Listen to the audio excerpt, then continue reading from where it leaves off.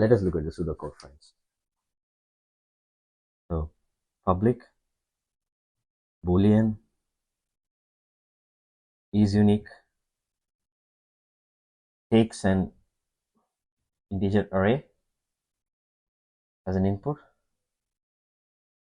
and if, so let us initialize an integer value int n is equal to array dot len. If n less than 2, we're going to return true because it's trivially solved.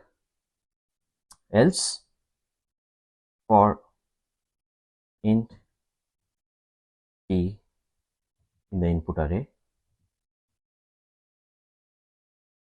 we're going to populate. Before this, let us declare and initialize a map of integers.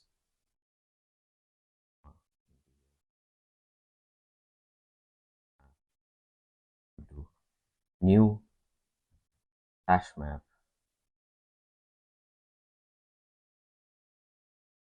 and then for int t in array,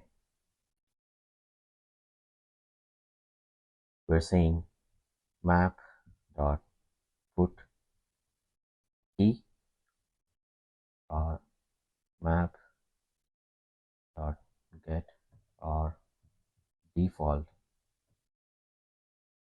t or the 0. We're going to increment it by 1. So we are storing the frequency. The first time it's going to be 0 because that's the default value, and we're going to put the key and then we're going to increment it by 1. So after this, if the map dot size we are checking is equal to 1, we're going to return true. Else, we are saying for int values in map dot values, opening a for loop, we're going to declare and initialize int index equal to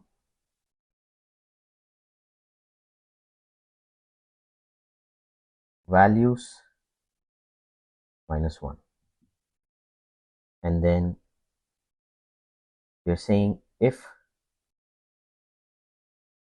array of index is equal to integer dot min value, we're going to return false. Else, we're going to mark the array of index is equal to integer dot min value.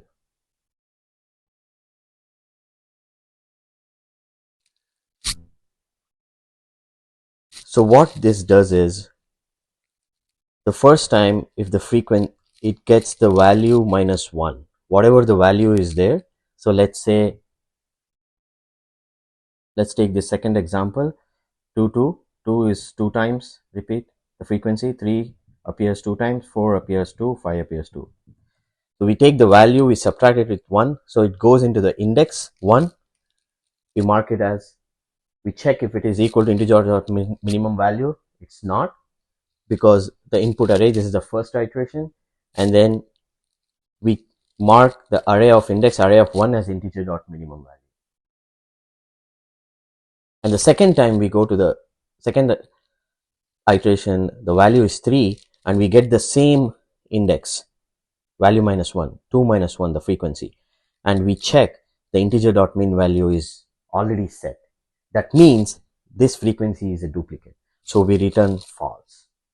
This works beautifully, and it runs in an order of n time complexity, and the space complexity is also order of n. With just the map, we are iterating over the initial input array. And also this is in place. We are not using any extra set.